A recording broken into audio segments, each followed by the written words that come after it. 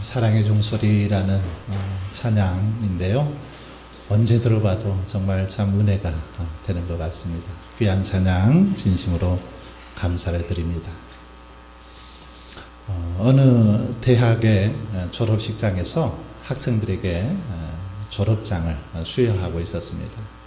그런데 이렇게 학생들이 한 사람 한 사람 나와서 졸업장을 이렇게 받고 있는데, 한 사람이 졸업장을 받을 때 한 손은 그냥 호주머니에 따는 채 한 손으로만 졸업장을 받는 것입니다. 이 모습을 지켜보던 축하객이 너무 괘씸하다는 생각이 들어서 그 사람을 향해서 그렇게 말했습니다. 아니, 저렇게 건방지게 한 손으로 졸업장을 받다니, 4년 동안 학교에서 뭘 가르친 거야 하면서 그 학생을 향해서 비난을 했습니다. 그러자 옆에서 그 소리를 듣던 제 학생이 그 축하객을 향해서 이렇게 말하는 겁니다. 아저씨, 그게 아니에요. 그게 아닙니다. 저 학생은 사고로 한쪽 팔을 잃었는데 그럼에도 불구하고 좌절하지 않고 열심히 4년 동안 공부해서 졸업을 한 아주 훌륭한 학생입니다. 이렇게 이야기를 하는 것입니다. 이 말에 축하객은 고개를 들 수 없었습니다. 함부로 판단하고 비판했던 자신의 모습이 너무너무 부끄러웠습니다.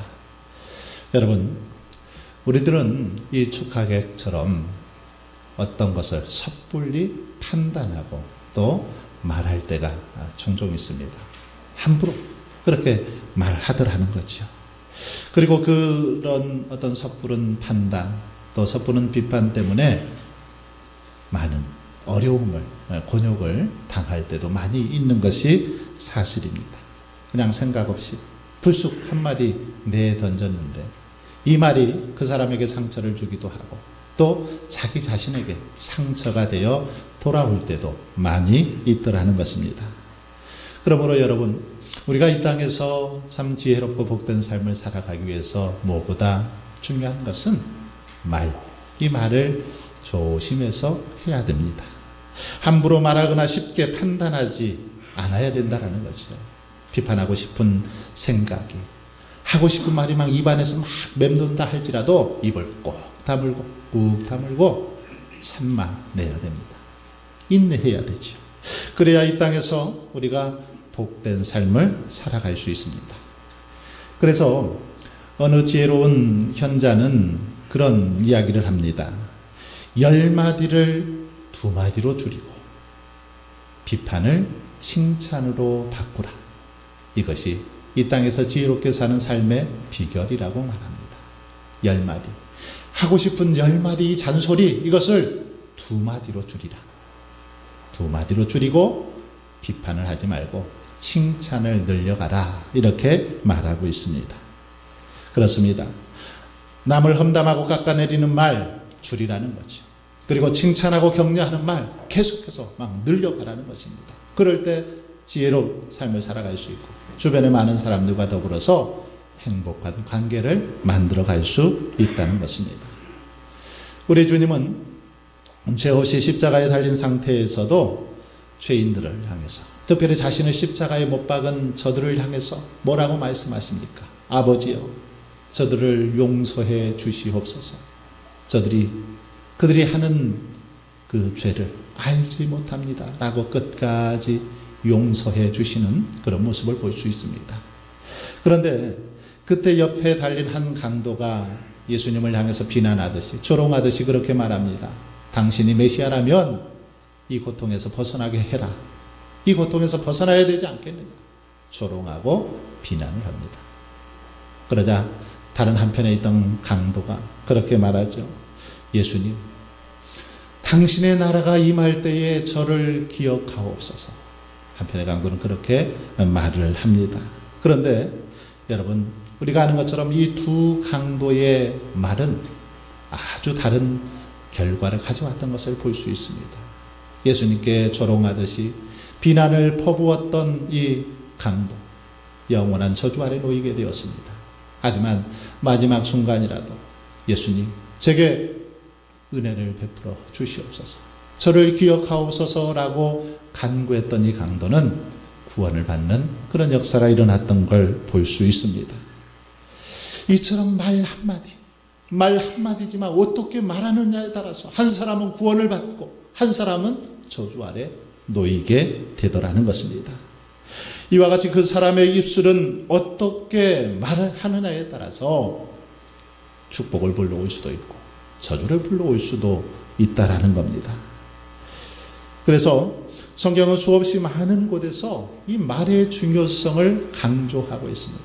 말 조심해서 가려서 신중하게 하라는 거죠. 잠언서에 보면 계속해서 이 말의 중요성을 강조하고 있습니다. 행함을 강조하고 있는 야고보서에도 보면 이 말의 중요성, 혀의 중요성에 대해서 성경은 강조하는 걸 볼 수 있습니다. 여러분, 저는 그동안 목회를 하면서 이 말 한마디 때문에 문제가 생겨서 이렇게 어려움 당하는 모습들 참 많이 보아왔습니다. 목사님의 말 한마디 때문에 또는 성도들의 사소한 말 한마디 때문에 그 말 한마디가 불씨가 돼서 그 공동체가 깨어지고 많은 사람들이 시험에 드는 그런 모습들 많이 보아왔습니다. 교회 안에서 대부분의 어떤 문제들 뭐 어떤 큰 사건 때문에 일어나는 것이 아니라 작은 말 한마디 때문에 그것이 이렇게 씨앗이 돼서 큰 문제로 이렇게 야기되는 그런 모습들을 참 많이 보아왔습니다. 그래서 저는 시간만 나면 말의 중요성에 대해서 강조하려고 합니다. 1년에 한 번 정도는 그래서 이 언어의 중요성, 말에 대한 설교를 하려고 그렇게 마음을 먹고 있습니다. 오늘 본문은 우리들에게 입술의 중요성, 언어의 중요성을 가르쳐 주고 있습니다. 특별히 오늘 본문은 서원과 관련해서 이 사실을 우리에게 가르쳐 주고 있습니다. 우리가 어떤 언어 생활을 해야 하는지, 하나님의 자녀로서 하나님의 백성으로서 어떻게 언어 생활을 하는 것이 복된 삶을 살아가는지를 오늘 본문을 통해서 가르쳐 주고 있습니다. 이 시간은 본문을 중심으로 복된 입술, 즉 올바른 언어 생활의 원리들을 살펴보면서 함께 은혜를 나누고자 합니다. 여러분, 우리가 이 땅에서 복된 입술이 되기 위해서 어떻게 해야 될까요? 오늘 본문은 먼저 우리에게 약속한 것, 이것은 잘 지켜야 된다라는 사실을 가르쳐 줍니다. 복된 입술이 되기 위해서는 우리가 어떤 말을 약속했으면 그 약속에 대해서 책임을 지라는 겁니다. 잘 지킬 것을 강조합니다. 본문에는 특별히 이 서원에 대해서, 특히 여자의 그 서원에 관한 규례를 다루고 있는데 2절에 보시면 그런 말씀이 있죠.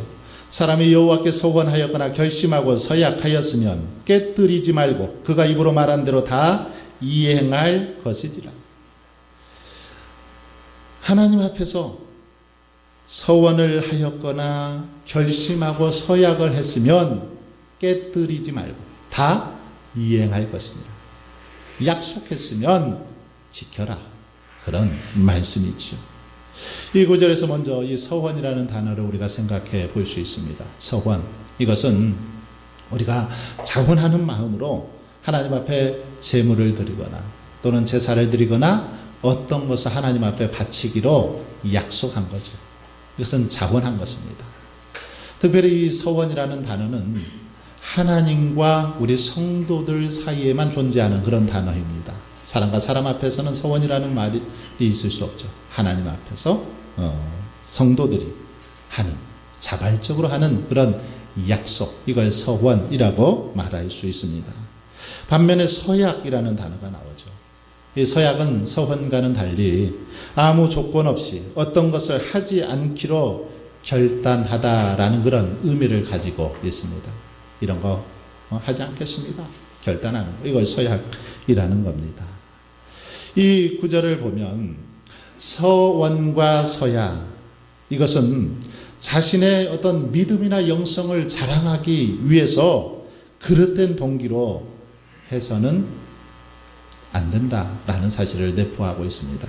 뿐만 아니라 하나님의 은혜와 사랑에 대한 자발적인 마음으로 해야 되는 것을 분명하게 가르쳐 주고 있습니다.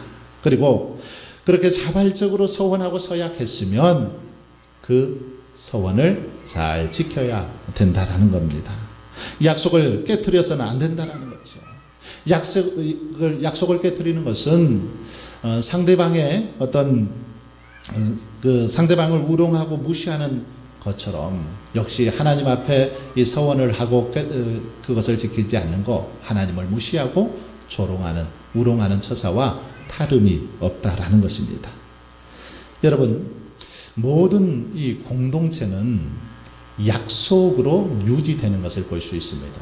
어떤 공동체가 이렇게 존재하기 위해서는, 또는 어떤 집단이나 모임이 그 존재하기 위해서는 약속, 하나의 어떤 약속, 법, 규칙이 존재하죠. 그런데 이것이 깨져버리면 어떨까요? 그 공동체가 파괴될 수밖에 없습니다. 예를 들면 우리가 살아갈 때 꼭 필요한 이 신호등이나 또는 이 중앙선, 이것들은 뭘까요? 우리가 살아가면서 이것들은 지켜야 된다라는 일종의 약속이죠. 입법의 어떤 절차를 통해서 모든 국민들은, 우리나라 사람들은, 우리나라에서는 이런 법이 있으니까 이 법을 따라야 된다라는 약속입니다. 이 약속을 지키지 않으면 어떨까요? 벌금을 이렇게 받기도 하고, 이것 때문에 사고가 나는 경우도 많이 있습니다. 약속을 어기고 신호등을 무시하고 그냥 달리다가는 사고가 나는 거죠. 중앙선을 침범했다가 큰 사고를 당할 수 있다라는 것입니다. 음주운전 또는 마약 복용의 문제도 마찬가지입니다. 이것을 해서는 안 된다라는 약속을 서로 해놓은 것이죠. 만약에 음주를 하거나 마약을 복용하면 처벌을 받게 된다라는 걸 이게 법으로 그렇게 만들어 놓은 거죠. 약속이라는 겁니다. 그런데도 약속을 지키지 않기 때문에, 약속을 지키지 않는 소수의 사람들 때문에 많은 사람들이 피해를 보는 걸 볼 수 있습니다. 음주운전 차량에 치여서 많은 사람들이 그렇게 안타까이 죽음을 맞이하는 경우들 얼마나 많습니까? 마약을 복용하다가 마약에 이끌려서 또 이런 잘못된 범죄를 저지르는 경우들 얼마나 많이 있습니까? 약속인데 이 약속을 잘 지켜야 된다라는 것이죠. 여러분, 하나님은 우리에게 약속하신 거 반드시 지키시는 분이죠. 성경은 그 사실을 분명하게 보여줍니다. 성경의 모든 약속들 하나님께서는 약속하신 대로 그대로 지켜주셨습니다. 그 하나님께서는 오늘 우리들에게도 약속을 지킬 것을 강조하고 있습니다. 내가 약속을 지킨 것처럼 너희들도 약속을 지켜라, 이 사실을 강조하고 있습니다. 왜 그렇습니까? 바로 하나님 당신이 진실하고 성실한 분이기 때문이죠. 여러분, 그렇습니다. 하나님은 진실한 분이기 때문에 당신의 백성들 역시도 진실하게 그렇게 약속을 지키며 살아가길 원하신다라는 것입니다. 그러기에 저와 여러분은 하나님 앞에서, 그리고 모든 사람들 앞에서 약속했다라면 그 약속을 잘 지킬 수 있기를 바랍니다. 사실이 아닌 것은 입에 담지도 말고 일단 말했다라면 그것을 책임지고 지켜야 되는 거, 이게 성도들의 삶의 모습이라는 것입니다. 미국의 유명한 호텔 가운데 홀리데이 인이라는 그런 호텔이 있습니다. 이 호텔의 회장은 클라이머라는 회장이었는데, 이 회장은 임기 중에 수백 개의 호텔을 이렇게 경영하면서도 호텔 안에 카지노를 설치하지 않은 아주 유명한 그런 회장입니다. 단 자신이 회장을 맡기 전에 이미 그 카지노가 설치되었던 라스베가스에 있는 호텔만 예외였지 다른 호텔에는 카지노를 전혀 설치하지 않았다라는 것입니다. 그런데 이 회사의 간부들은 이렇게 회사가, 호텔이 앞으로 더 성장하고 발전하기 위해서는 카지노가 있어야 된다. 카지노를 설치해야 더 우리 회사가 발전할 수 있다. 그러면서 계속해서 회장에게 카지노를 설치해야 됩니다. 설치합시다 라고 계속 시간만 날 때마다 끊임없이 이걸 요청을 한 겁니다. 그런데 이럴 때마다 클라이머 회장은 단호하게 거절을 했습니다. 내 임기 내에는 절대로 카지노를 설치할 수 없습니다. 계속해서 거부했습니다. 그럼에도 불구하고 임원들은 모이면 회장님, 그래도 앞으로 호텔을 경영하기 위해서는 카지노가 필요합니다. 계속 그렇게 요구를 했다라는 겁니다. 클라이머 회장은 이 문제를 놓고 이제 계속해서 임원들이 그렇게 얘기하니까 가족들과 상의를 했습니다. 어떻게 해야 될까 고민을 하면서 그는 그 회장직을 내려놓기로 그렇게 결정을 했습니다. 그러면서 이제 은퇴식을 하게 되는데, 은퇴를 할 때, 퇴직을 할 때 직원들을 향해서 이런 연설을 했습니다. 제가 운영하는 호텔에 카지노를 두지 않기로 하나님과 약속을 했습니다. 사람들 간의 약속도 중요한데 하나님과의 약속 너무너무 중요합니다.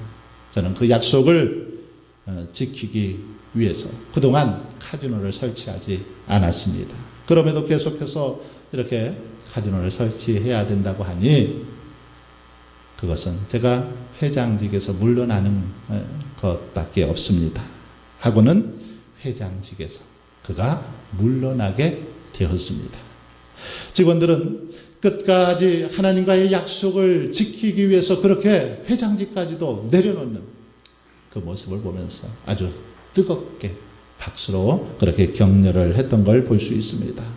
여러분, 하나님과의 약속을 지키기 위해서 어쩌면 회장이라는 그 자리까지 포기하는, 내려놓는 이 클라이머 회장의 모습 참 멋집니다. 아름답습니다.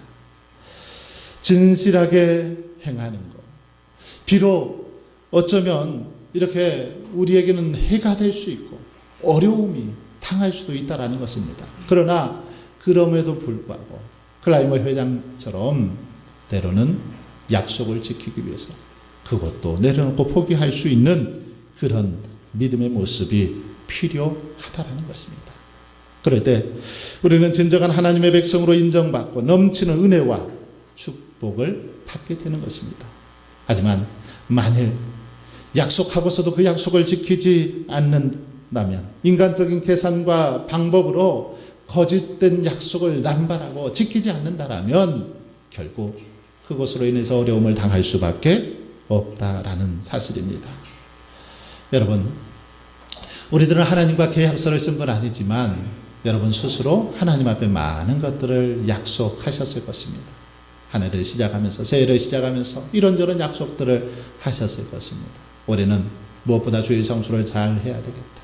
올해는 더 열심히 기도 생활을 해야 되겠다.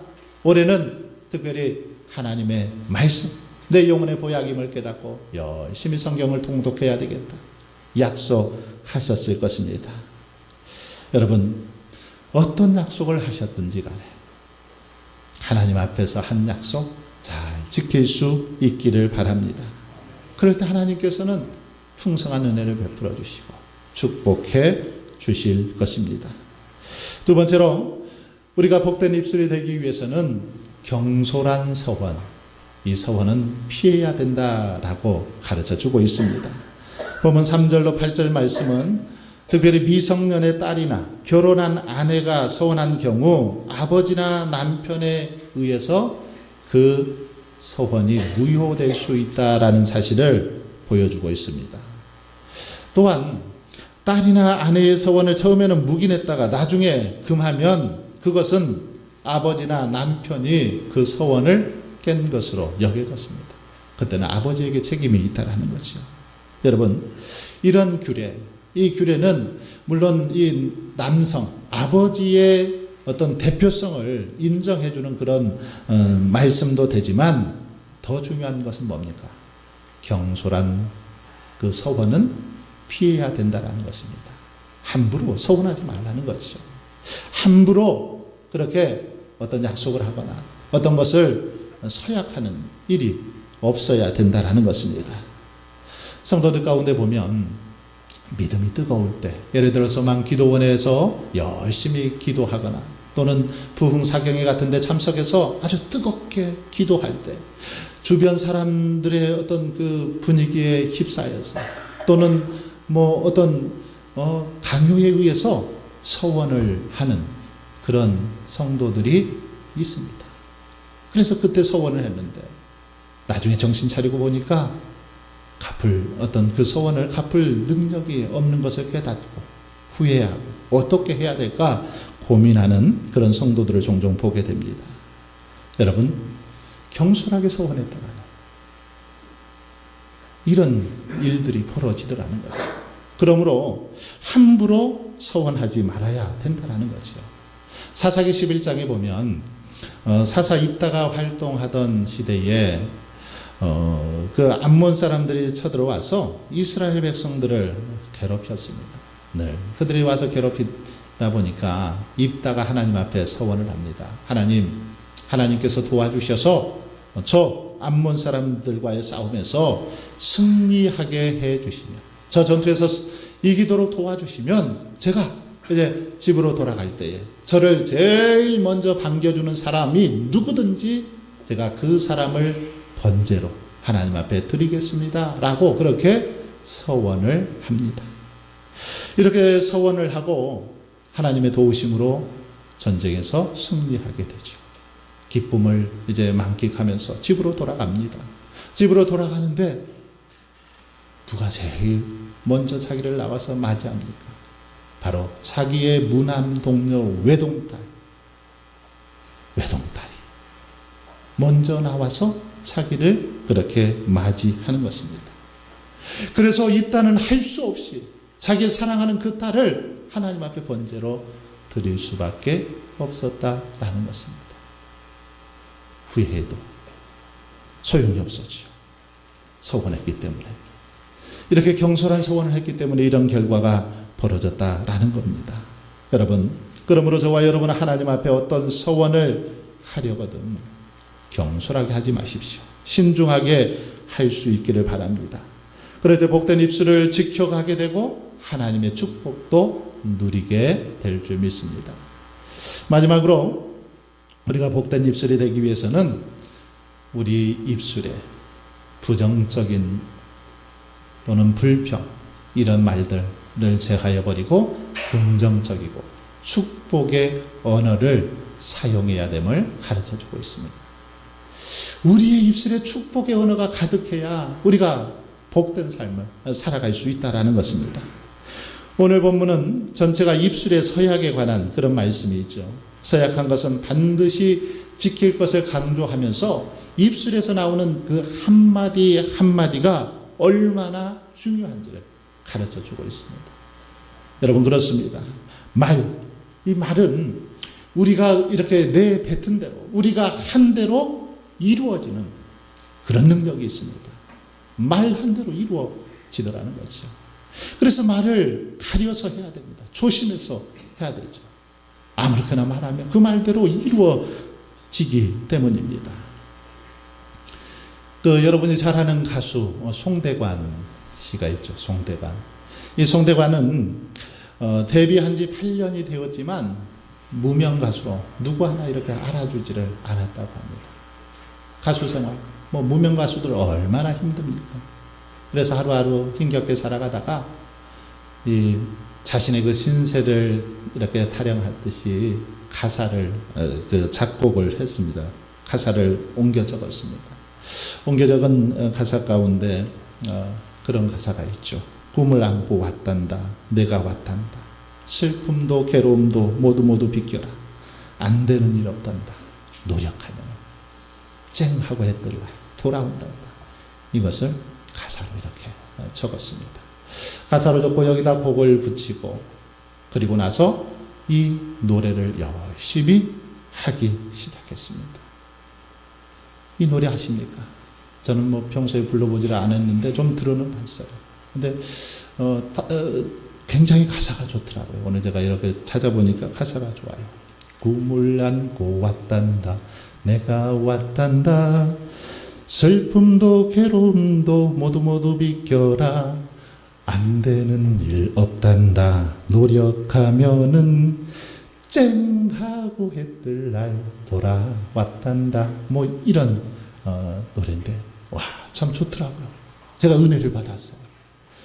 이 송대관은 이 노래를 계속해서 불렀다라는 거죠. 계속 부르고 말하다 보니까 정말 어떻게 되었습니까? 그 인생에 쨍 하고 해가 떠서 아주 유명한 가수가 되었다라는 거죠. 여러분, 우리 성도는 축복의 통로로 부름받은 사람들입니다. 저와 여러분은 축복의 통로입니다.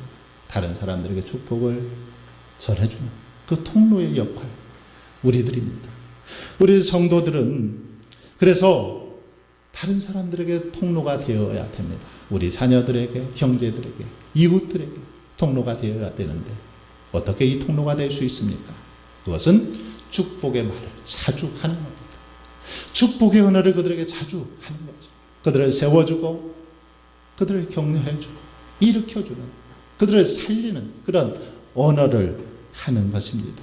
그런데 축복의 말을 하는 사람들도 축복을 받고 또 그 말을 들은 사람들도 축복을 받게 되는 걸 볼 수 있습니다. 한 초등학교에 입술이 이렇게 약간 비뚤어진 학생이 있었습니다. 그래서 뭐 말을 하거나 표정을 지을 때 입술이 비뚤어져서 얼굴이 이상하게 보였습니다. 그래서 어린 친구들은 그녀를 많이 놀렸습니다. 별로 그녀와 그 아이와 이렇게 함께 어울리려고도 하지 않았습니다. 항상 외롭게 지냈죠. 어느 날 그런데 학교에서 이렇게 선생님이 듣기 뭐 이런 연습 훈련을 했습니다. 하면서 아이들 한 사람 한 사람 불러내서 그 선생님이 이야기를 하면, 말을 하면 그 말을 그대로 이렇게 따라 하도록 했습니다. 선생님이 아이들을 불러내서 한 사람 한 사람 하늘은 파랗다 이렇게 얘기를 하면 그 아이가 하늘은 파랗다.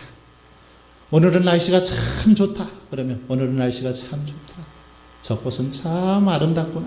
그러면 저 꽃은 참 아름답구나. 이렇게 아이들이 돌아가면서 선생님이 하는 말에 따라서 이야기를 했습니다. 자, 그런데 이렇게 아이들에게 놀림받은 아이 차례가 되었습니다. 이때 선생님은 그 아이를 향해서 그렇게 말했습니다. 네가 내 딸이었으면 참 좋겠다. 이렇게 그 아이를 향해서 선생님이 얘기했습니다. 그랬더니 그 아이도 똑같이 네가 내 딸이었으면 참 좋겠다. 그렇게 말을 하는 거죠. 그런데 이렇게 말을 하는 순간 이 아이의 마음속에 큰 감동이 이렇게 일어났습니다. 아, 선생님이 나를 참 사랑하는구나. 선생님이 나를 사랑해서 내 딸이 되었으면 좋겠다라고 말씀하시는구나. 이 마음을 알게 되고 그때부터 자존감이 막 높아지기 시작했습니다. 아, 나는 우리 선생님이 나를 너무너무 사랑해. 이 사실을 깨달았던 것이죠. 그런데 이 말을 듣고 다른 친구들도, 학생들도 선생님의 마음을 깨닫습니다. 아, 저 아이를 우리 선생님이 사랑하는구나. 그러면서 친구들도 그 아이를 대하는 태도가 달라졌습니다. 그래서 함께 점심도 먹고 함께 어울려서 놀면서 이 아이가 학교 생활을 잘 적응할 수 있게 되었다라는 것입니다. 선생님의 축복의 말 한마디 때문에 이 아이가 학교에서 그전에는 왕따처럼 지냈는데 이제는 주인공처럼 되어서 행복한 학교 생활을 할 수 있었다라는 사실입니다. 여러분, 그렇습니다.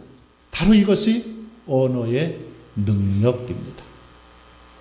바로 이것이 언어의 능력이죠.